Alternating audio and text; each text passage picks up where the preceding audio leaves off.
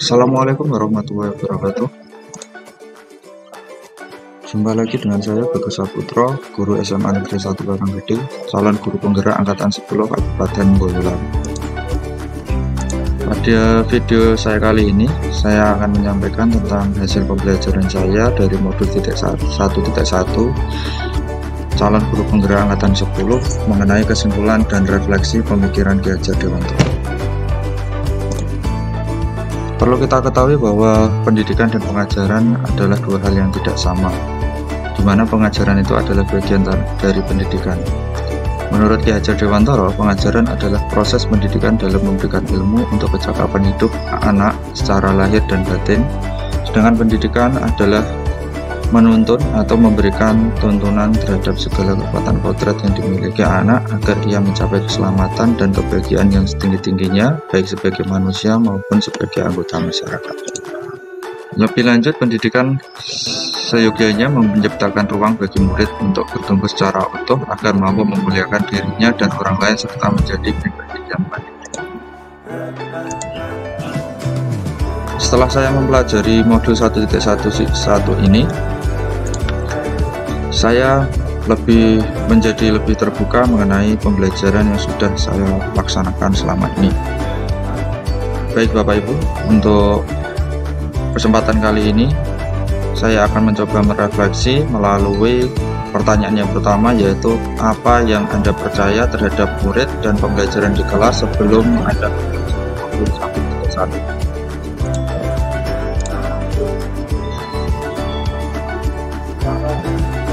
Baik, perlu saya sadari bahwa sebelum saya mempelajari modul 1, pembelajaran yang saya laksanakan di kelas itu meliputi beberapa hal. Yang pertama yaitu pembelajaran hanyalah sebatas transfer materi saja. Yang kedua, nilai murid hanya diambil dari aspek kognitifnya saja. Yang ketiga, hanya menekankan pada ketuntasan materi tanpa mengetahui atau memperhatikan siswa memahami secara utuh dari materi tersebut atau tidak. Yang keempat yaitu merasa pembelajaran sudah berhasil ketika nilai murid sudah mencapai KKM baik secara langsung maupun dengan melalui remedial. Yang kelima, murid hanya sebagai objek pembelajaran saja, di mana guru dalam pembelajaran kebanyakan menggunakan metode ceramah dalam proses pembelajaran tersebut, sehingga pembelajaran terkesan monoton karena hanya berpusat pada guru, di mana guru tersebut sebagai satu-satunya sumber belajar. Jadi dalam pembelajaran tersebut tidak ada metode yang bervariatif, di mana saya hanya menyampaikan dengan cara ceramah dengan menguasai kelas hampir secara dominan 70%. Akan tetapi, setelah saya mempelajari modul 1.1 ini, pemikiran saya menjadi terbuka dan lebih berubah terhadap pembelajaran yang seharusnya saya lakukan. Di mana seharusnya pembelajaran tersebut dilakukan secara menyeluruh dengan mempertimbangkan semua aspek yang dimiliki oleh siswa. Jadi bukan hanya aspek kognitif saja. Aspek di sini yang dimaksud adalah yang pertama adalah aspek kognitif, yang kedua adalah aspek afektif, yang ketiga adalah psikomotorik, yang keempat adalah spiritual, yang kelima adalah sosial dan budaya. Karena apa? Karena anak tumbuh kembang berdasarkan kodrat alam dan kodrat zamannya. Selanjutnya yaitu perlu kita sadari bahwa murid itu terlahir bukan seperti kertas kosong yang mana hanya sebagai objek pembelajaran saja, melainkan perlu menjadi subjek pembelajaran, yang artinya bahwa murid itu memiliki kebebasan dalam berekspresi, mengungkapkan pendapat, dan berkreasi. Yang ketiga yaitu guru seharusnya menuntun di mana di sini guru berperan sebagai fasilitator dalam proses pembelajaran. Yang keempat yaitu pembelajaran perlu memanusiakan manusia, yang artinya yaitu guru perlu ikhlas dan penuh kesabaran dalam membimbing anak dalam proses pembelajaran.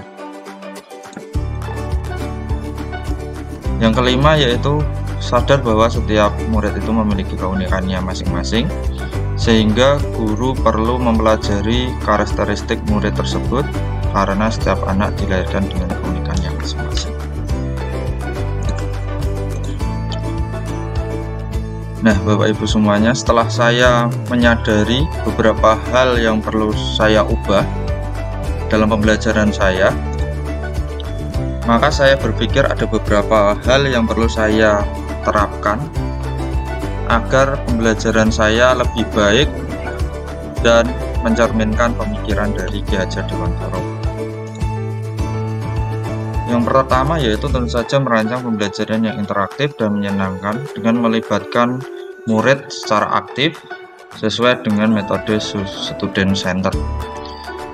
Yang kedua yaitu merancang pembelajaran yang sesuai dengan abad 21 yang menerapkan pembelajaran yang mengedepankan yaitu berpikir kritis, kreativitas, komunikasi dan kolaborasi, serta melihat latar sosio budaya peserta didik. Yang ketiga yaitu guru tidak seharusnya selalu memposisikan diri di depan, yang seakan-akan hanyalah menuntut anak harus sesuai dengan apa yang diberikan oleh guru. Akan tetapi perlu menerapkan trilogi pendidikan yang sudah diajarkan oleh Ki Hajar Dewantara, yaitu kadang-kadang guru itu harus memposisikan sebagai ing ngarsa suntulodo, yang artinya di depan sebagai pemimpin, guru harus bisa memberikan contoh dan panutan kepada anak didiknya. Dan kadang-kadang harus berada ing madya mangun karso, yaitu di tengah, guru harus bisa membangkitkan semangat dan kemauan dalam diri murid untuk terus belajar dan melakukan inovasi.